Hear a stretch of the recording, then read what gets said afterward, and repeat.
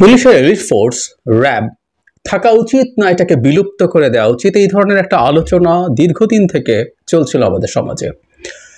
আমাদের নিশ্চয়ই মনে আছে যে এই বাহিনীটা যখন প্রথম গঠিত হয় মানুষ খুব পছন্দ করতেন এটাকে, এবং শুধু সেটা নয়, র্যাবকে পছন্দ করার একটা বড় কারণ ছিল তার একটা কাজ, বিচার বহির্ভূত হত্যাকাণ্ড।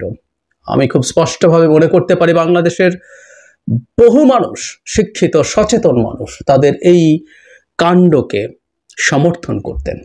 ইনফ্যাক্ট র্যাব নিয়ে আবার আলোচনা আসলো কারণ আমরা দেখেছি পুলিশ সংস্কার কমিশনের উদ্দেশ্যে বিএনপি তাদের একটা রিপোর্ট তৈরি করেছে, সেখানে তারা র্যাবকে বিলুপ্ত করার সুপারিশ করছে এবং আরেকটা পরামর্শ দিয়েছে, সেটা নিয়ে একটু কথা বলবো শেষ অংশে। সেটা হচ্ছে তারা একটা পুলিশের জন্য, পুলিশ ওভারসি করার জন্য একটা কমিশনেরও প্রস্তাব করেছেন। কিন্তু বিএনপি যে দলটা র্যাব তৈরি করেছিল তারা র্যাব বাতিলের কথা বলছেন, র্যাব বিলুপ্ত করার কথা বলছেন। তারা বলছেন অন্তর্বর্তীকালীন সরকারের গঠিত পুলিশ সংস্কার কমিটির কাছে তারা র্যাব বিলুপ্তির প্রস্তাব উপস্থাপন করেছেন। এছাড়া পুলিশের কার্যক্রম নিয়ন্ত্রণে রাখতে একটি পুলিশ কমিশন গঠনের সুপারিশও করেছে। এছাড়া র্যাবের দায়িত্ব যাতে আর্মড পুলিশ ব্যাটালিয়ন এবং থানা পুলিশ পালন করতে পারে সেই লক্ষ্যে প্রয়োজনীয় ব্যবস্থা গ্রহণ করার আহ্বান জানিয়েছে বিএনপি। এই হচ্ছে মোটামুটি তাদের কথা। বিস্তারিত কথা পরে বলবো। তাদের সংস্কার মানে পুলিশ সংস্কার কমিশনের কথা বলছি, পুলিশ নিয়ন্ত্রণ করার কমিশনের কথা বলছি। কিন্তু যে দলটা র্যাব তৈরি করেছিল আমাদের নিশ্চয়ই মনে আছে সেই সময়টার কথা, যারা ওই সময়টা একটু অন্তত সেন্সিবল বয়সে ছিলেন। আমি প্রায় একটা কথা বলি যে বিএনপি 2001-06 সালের সময়ে বিএনপি সরকারের নানামুখী সমালোচনা ছিল। ইনফ্যাক্ট তখন গুড গভর্নেন্স নিয়ে সমালোচনা ছিল, অনেক ক্ষেত্রে রাষ্ট্রীয় ব্যর্থতার সমালোচনা ছিল, দুর্নীতির আলাপ ছিল। যদিও পরবর্তীতে আওয়ামী লীগ তার 15 বছরের দুর্নীতিকে যে মাত্রায় নিয়ে গেছে, বিএনপির ওই দুর্নীতিকে আসলে এখন তেমন কিছু মনে হওয়ার কোনো কারণ নেই।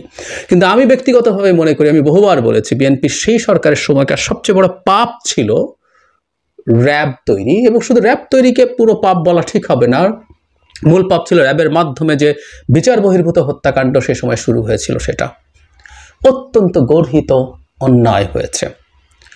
মানে ওগুলো কিছুই না, মানে বিচার বহির্ভূত হত্যাকাণ্ডের তুলনায় যাবতীয় আর সব কিছু, সুশাসনের অভাব, দুর্নীতি, এর তুলনায় কিছু না। কেন কিছু না আসবো সে প্রসঙ্গে। কিন্তু সে সময় প্রচুর মানুষ প্রচুর হাততালি দিতেন বিএনপির এই পদক্ষেপকে, এবং এখনও অনেকে যুক্তি দেওয়ার চেষ্টা করেন বা কেউ কেউ বলেন, যেটা সত্য কথাও, সেটা হচ্ছে বিএনপির সময় আসলে বিরোধী দলকে দমনের জন্য র্যাবকে ব্যবহার করা হয়নি, র্যাদার র্যাব ব্যবহৃত হয়েছে বিএনপি তার নিজের দলেরই বিপথগামী সন্ত্রাসী এবং যারা নিয়ন্ত্রণের বাইরে চলে যাচ্ছিল তাদের বিরুদ্ধে। মোটা দাগে এটা খুব ভুলও না, এটা হয়তো সঠিকও। কিন্তু জরুরি কথাটা হচ্ছে নিজ দলের বা অন্য কোনো দলের কোনো সন্ত্রাসী বা ভয়ঙ্কর অপরাধীকে ঠান্ডা মাথায় তুলে নিয়ে গিয়ে হত্যা করে ফেলা যায় না, এর চেয়ে কোনো গর্হিত অন্যায় একটা সরকার বা রাষ্ট্র করতে পারে না, এই বোধটা আমাদের আসলে থাকতে হবে।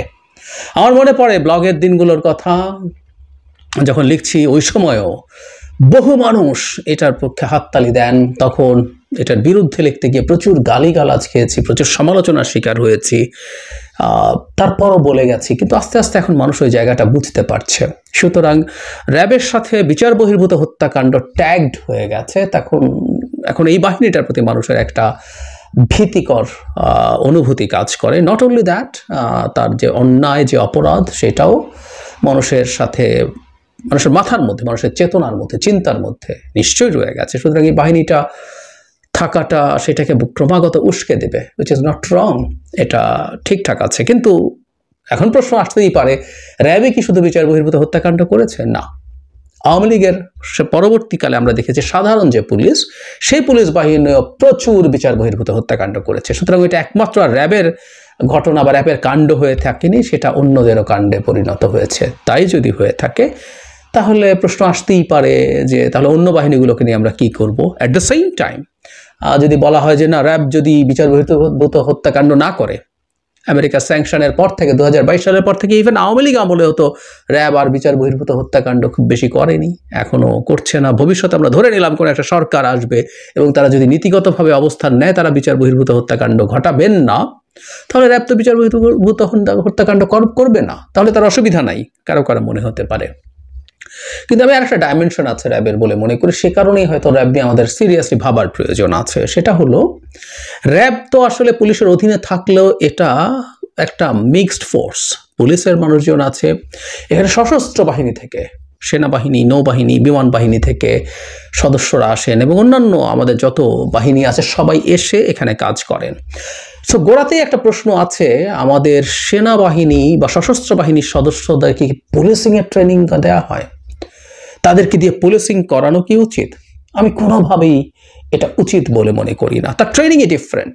আমাদের সশস্ত্র বাহিনীর কাজ হচ্ছে শত্রুর বিরুদ্ধে তারা কাজ করবেন, তারা শত্রু নিধন করবেন, তাদের যাবতীয় বল প্রয়োগের লক্ষ্য থাকবে শত্রু নিধন করা এবং যত কম শক্তিতে, কম খরচে যত বেশি শত্রু নিধন করা যায় সেটাই তাদের ট্রেনিং। অথচ একটা পুলিশের ট্রেনিং হচ্ছে একেবারেই ভিন্ন, কারণ পুলিশের গুলি চলে, যদি চলে সেটা নিজ দেশের নাগরিকদের বিরুদ্ধে। সুতরাং এখানে পুলিশকে যত ন্যূনতম বল প্রয়োগ করা যায় এবং যত কম ক্ষয়ক্ষতি করা যায় যার উদ্দেশ্যে বল প্রয়োগ করা হচ্ছে সেটাই হচ্ছে পুলিশিং, সেটাই হচ্ছে পুলিশের কাজ। যদিও আওয়ামী লীগের সময় এবং শেখ হাসিনার সময় পুলিশকে সামরিকায়ন করা হয়েছে, আমরা এভাবেই বলতে পারি। পুলিশের যে চাইনিজ রাইফেল ব্যবহার করে SKS টাইপ 56 যে রাইফেলটা, সেইটা যেটা আমাদের সেনাবাহিনী একসময় ব্যবহার করতো দীর্ঘদিন আগে, আমি বহুবার বলেছি, আমার এই চ্যানেলের ভেরি ফার্স্ট ভিডিও আমি ওটা নিয়ে করেছি 2.5 বছর আগে। তো এসব দেয়া হয়েছে, ফলে পুলিশও ঠিক যে পুলিশের কাজ করেছে সেটা না, কিন্তু তারপরও যেটা আমাদের মাথায় রাখা দরকার আছে, পুলিশের কাজ পুলিশকে করতে হবে। পুলিশের কাজ সেনাবাহিনী দিয়ে যদি আমরা করি প্রবলেম আছে। ওই যে বলেছিলাম তাদের ট্রেনিংয়ে, তাদের ইনস্টিংটিভলি, ধরুন একজন পুলিশ শেষ পর্যন্ত একটা মানুষকে গুলি করছে, তার ইনস্টিংক্ট হচ্ছে ওই গুলিটা আমি এমন জায়গায় করব যে গুলিটা তার জন্য লেথাল হবে না, তাকে মেরে ফেলবে না যদি ভয়ঙ্কর কোনো পরিস্থিতি না হয়। আর একজন সশস্ত্র বাহিনীর সদস্য ইনস্টিংটিভলি গুলি করবেন এমন জায়গায় যেখানে গুলি করলে তিনি হত্যা করতে পারেন। এটাই নিয়ম, এটা পৃথিবীর প্রত্যেকটা সশস্ত্র বাহিনীর ক্ষেত্রে সত্য। সুতরাং আমি মনে করি সশস্ত্র বাহিনীকে সাধারণ পুলিশিংয়ের কাজে নামিয়ে আনা উচিত না। শুধু সেটা না, এই পুলিশিংয়ে যখন নামিয়ে আনা হচ্ছে, সশস্ত্র বাহিনীর কিছু কিছু সদস্য দুর্নীতির সাথে, অনিয়মের সাথেও জড়িয়ে পড়ার অভিযোগ আছে। অনেকগুলো আমরা জানিই না, কিন্তু যেগুলো আমরা জানি সেটার তো একটা খুব বড় উদাহরণ হচ্ছে নারায়ণগঞ্জের 7 খুন। ওটা রীতিমতো প্রাইভেট প্র্যাকটিস বলা যেতে পারে। ওখানকার র্যাবের যিনি প্রধান কর্মকর্তা ছিলেন জনাব মোফাজ্জল চৌধুরী মায়ার জামাই, তারেক সম্ভবত, আমি যদি ভুল না করি, কর্নেল, তিনি জাস্ট ব্যক্তিগতভাবে টাকা খেয়ে এই কাজটা করতে গেছেন। সোফার আমাদের সামনে এটাই হচ্ছে ফ্যাক্ট। সুতরাং এই রকম অন্যায় বা দুর্নীতির সাথে আমাদের সশস্ত্র বাহিনীর সদস্যরা জড়িয়ে যাওয়া খুবই খারাপ লক্ষণ, কারণ আমাদের এই প্রতিষ্ঠানটার প্রতি জাতি আস্থা রাখতে চায়, আস্থা রাখে, এবং এটা আমাদের একেবারে শেষ জায়গা যেটার উপরে আস্থা নষ্ট হওয়া আমরা অ্যাফোর্ড করতে পারি না। সো তারা যতই জনপরিসরে পুলিশের কাজ করবেন, পুলিশের দায়িত্ব পালন করবেন, তাদের এই ধরনের বিষয়ে জড়িয়ে পড়ার সম্ভাবনাও অনেক বেড়ে যায়, যেটা আমাদের সশস্ত্র বাহিনীর ইমেজের জন্য খুব ক্ষতিকর। যদিও খুব ছোটবেলায় আমার একটা কথা মনে হতো যে আমরা সশস্ত্র বাহিনীকে, মিলিটারিকে এত টাকা দিয়ে পুষি, ওকে আমরা বসিয়ে রাখি কেন? ওকে দিয়ে আমরা পুলিশের মতো টহল দেওয়ানো, পুলিশের মতো অন্যান্য কাজ করাতে দিতে পারি না।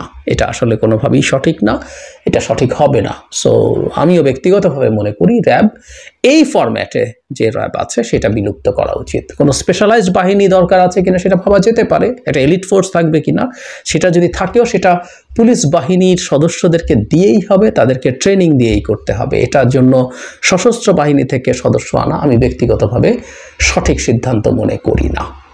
আর বিএনপির আরেকটা প্রস্তাব নিয়ে আমরা একটু কথা বলতে পারি, সেটা হচ্ছে তারা একটা পুলিশ সংস্কার কমিশনের কথা বলছেন, পুলিশ কমিশনের কথা বলছেন, যেটা পুলিশের নিয়ন্ত্রণ তার হাতে থাকবে। আমি মনে করি পুলিশের নিয়ন্ত্রণ, আমিও মনে করি যে সম্পূর্ণ সরাসরি সরকারের হাতে থাকা উচিত না।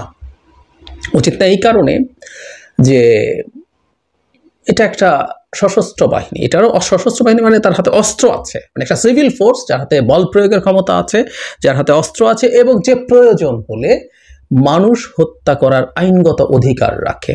সুতরাং এটা ভয়ঙ্কর ব্যাপার।